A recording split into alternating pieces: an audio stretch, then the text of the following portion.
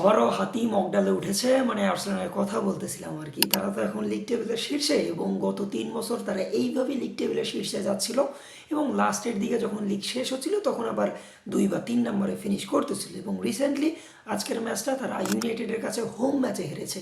পুরো এই সিজনে আর্সেনাল হোমে একটা ম্যাচও হারেনি এবং এই ম্যাচটা তারা ইউনাইটেডের সাথে হেরেছে এবং ইউনাইটেড এই ম্যাচটাতে আগুন পারফরমেন্স করেছে।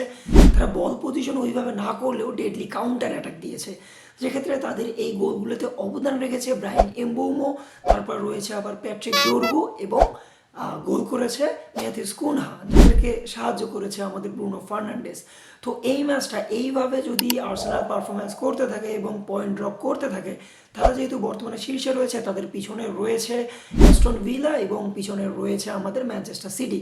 এবং রিসেন্টলি ম্যানচেস্টার সিটিও আবার ম্যানচেস্টার ইউনাইটেডের কাছে পয়েন্ট ড্রপ করেছে। যদি না ড্রপ করতো তাহলে তাদের পয়েন্টের ব্যবধান থাকতো মাত্র 1 পয়েন্ট। তো এইভাবে যদি আর্সেনাল পয়েন্ট ড্রপ করতে থাকে, আমার মনে হয় এইবারও তারা প্রিমিয়ার লিগ জিততে পারবে না।